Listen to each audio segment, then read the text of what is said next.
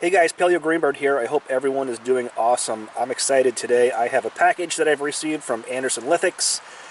Been a while since I've received mail. It's been a while since I've sent any out, so that's how that works. One of the things that I love about the Flintknapping community is how much we support each other. You know, we're always sending mystery boxes to each other, and you know, nobody ever expects anything in return, but we usually do send something back, and yeah, it's great to be back in the swing of things. So I'm gonna open this box today. I have removed the information. Again, this is from Anderson Lithics. So I think I may know one thing that's in here because I think I triggered the mail call, but let's just take a look and see. Obviously I removed the address and all that stuff because the internet doesn't need to know all that.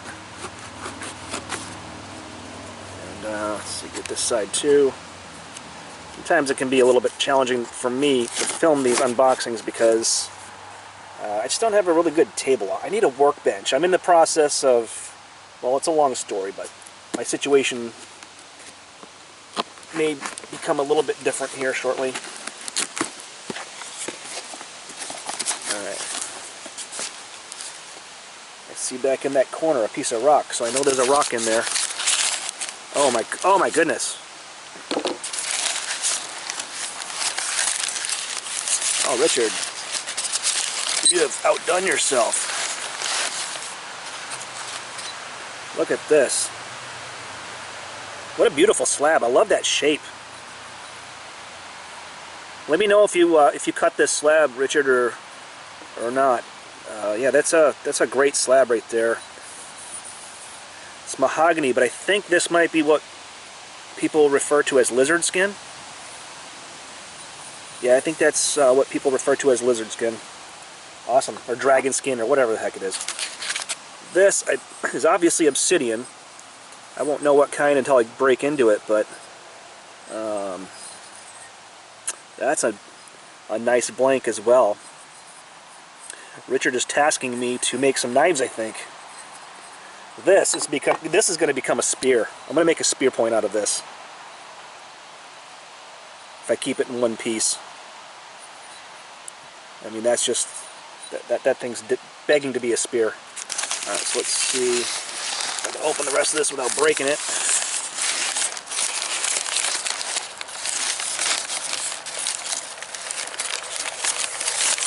Oh, look at this. More triangles.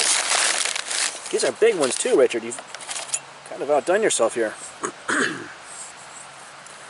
This looks to me, I bet that's rainbow obsidian. I don't know for sure, but I know this one is. I can tell, I can see a little bit of it right there. A little bit of an occlusion right there. I might lose that tip. Let's just find out.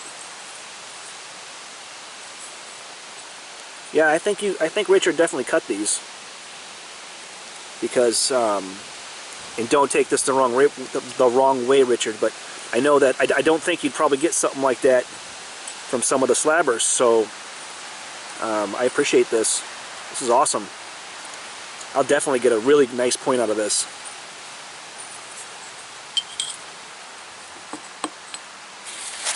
This looks like rainbow as well. Could be banded, but I think it's rainbow. Yeah, putting it up to the light, it's definitely rainbow. Boy, look at that pattern too.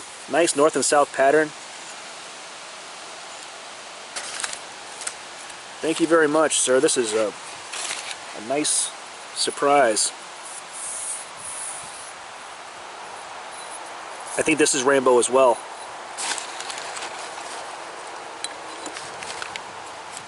Oh, look at these. He sent me some bifaces too. This is Keokuk, I believe. Looks like it to me. Worked down to a nice biface. This, let's see, what does that look like? Kind of looks like Georgetown, but I've never seen Georgetown with whatever that is in it. There's no cortex left for me to sort of make an assessment. So I'm gonna guess it's light, so I don't think it's a Texas chert. It's too light to be something like that. At least I believe. I could be wrong. So I'm going to go out on a limb and say that this is Georgetown. I don't know. Maybe it's something I've never worked before. Who knows? This, I have no idea what this is. Leave it in the comments. Feels nice and glassy though. I don't know, maybe this is maybe this is a variety of Flint Ridge or something. Yeah, it does have that cortex on the outside that's very similar to Flint Ridge. I bet this is a variety of Flint Ridge. But Richard, you can tell me if I'm right or wrong. Wow, this is the box that just keeps giving. Obsidian. Nice mahogany obsidian. This is good. It's been a while since I've bled, so I'm sure this will fix that. It's a nice little chunk too, look at that.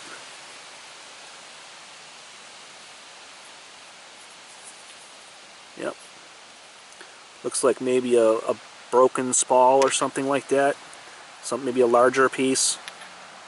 But you know, you can easily grind that edge down, take down and thin that out.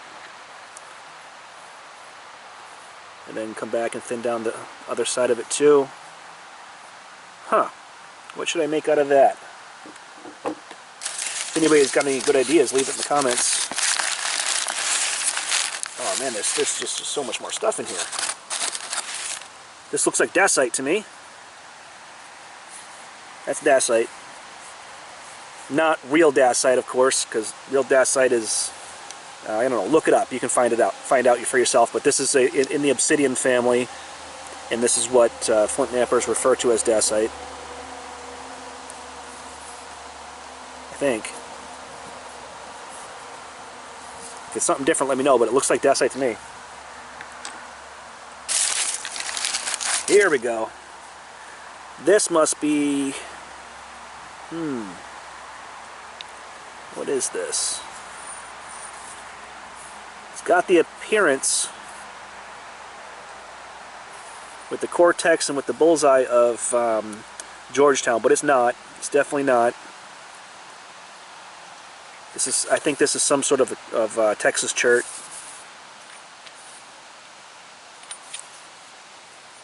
It's nice and light though.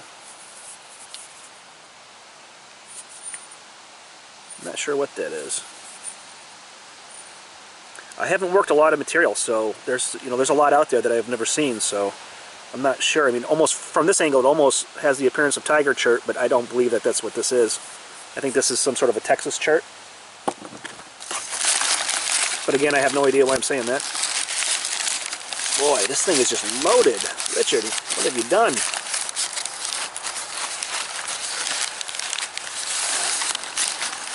Careful on this piece. Oh, look at this. Nice big piece of obsidian. This is just your standard black obsidian, I think. Let me put it up to the light. I don't know. There's a little bit of green that's coming out on these edges, so this could be... Let me know what this is, Richard. Let me know if this is motor oil, Mexican motor oil. Yeah, I kind of get that green tinge. I think that's what this is. It's been a while since I've worked this. I did get some of this from Kentucky Flint Works a while back. There's a big crack down there, so I'll probably lose some of that, or I'll end up with more than one piece. I'm not going to lose it, because look how big that piece is going to be. This is amazing. I turned so much of this into trash when I first started knapping, because I just didn't know what I had. I bought it from Kentucky Flint Works, and you know, if you go back on the website now, all that stuff is gone.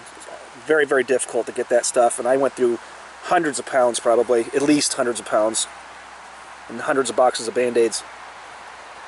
So this is really cool. Obsidian is my nemesis, but I will work this. I may wuss out and wear a glove, but we'll see. What else we got in here? I can see there's more. Wow.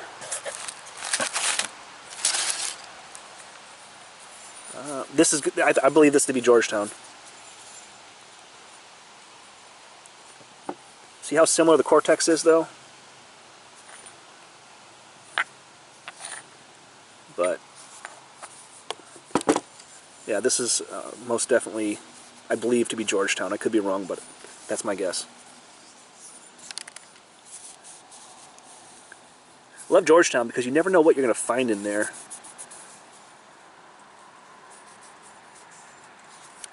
I know it can be a little bit hingy and steppy, but it's really fun stuff to work. So I think this is Georgetown. It's a little bit heavy, so let me know, Richard, if I'm correct on this or if it's something different.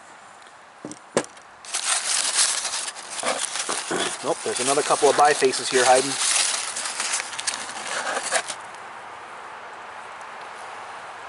Okay, here's another one I believe to be dacite. Nice bifaces too, Richard. I'm going to do my best to do these justice. I probably won't use indirect percussion on them because I don't want to take a chance on breaking them. I'll probably just finish them up with percussion, but we will see. Nice work. Very nice work. And here's another obsidian, mahogany obsidian. Another really nice thin biface. Oops.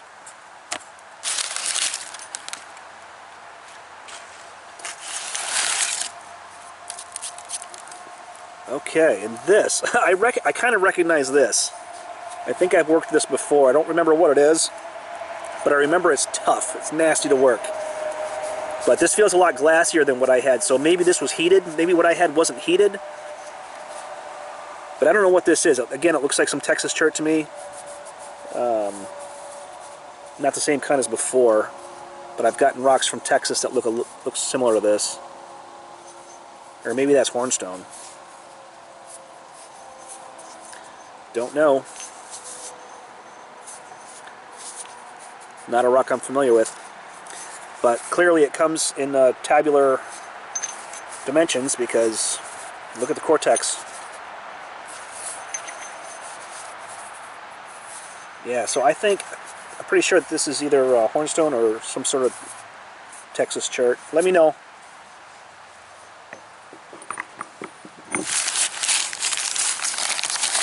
Oh, here we got another one. Okay, this one, I don't know what this is. This feels raw to me. Let me know if I need to heat this, Richard.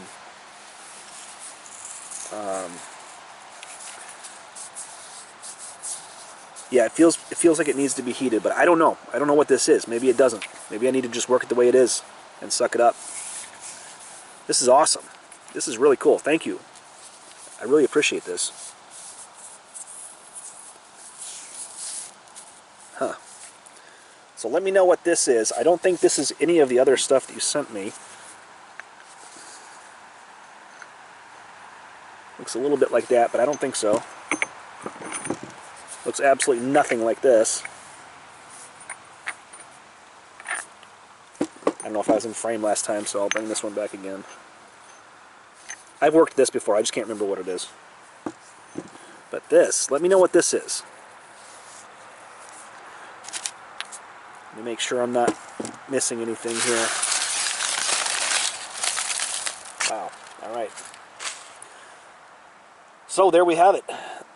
That's an amazing box, Richard. Thank you so much. I appreciate that. I'm going to do the best I possibly can with this. And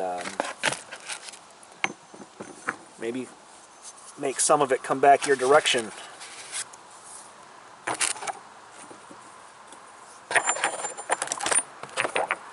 So,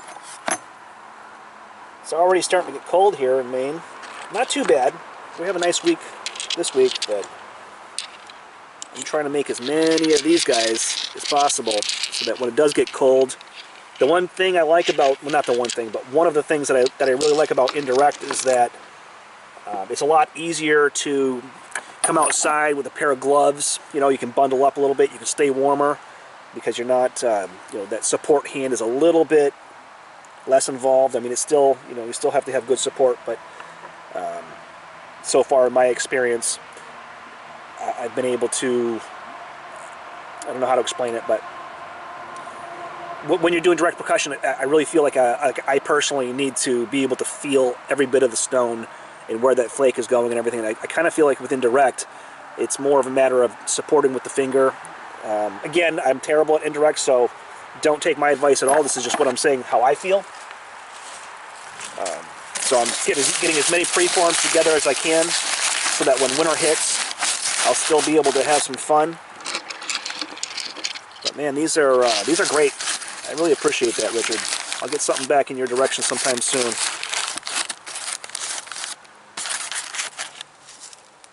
I don't know. Let's see. I think I'm going to wrap these triangles back up so that they don't break. I love this one with the north and south grain. That's really awesome.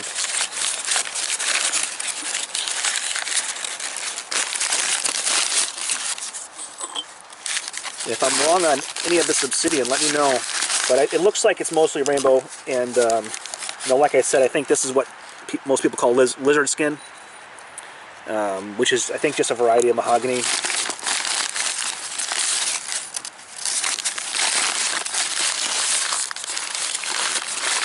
Actually, I think I'm going to wrap up those preforms as well because I don't want to take any chances. Actually, you know what? I'm just going to leave them on top. I think they're fine. I'm going to add those. I have a separate box that I put all my bifaces in, so I think these are going to go there. I'll mark them so I know which ones are yours. I mean, I'll probably know anyway based on the material, but I'll mark them anyway, just so when I work them, I know that they came from you. And this one, again, this is going to be a spear, I hope.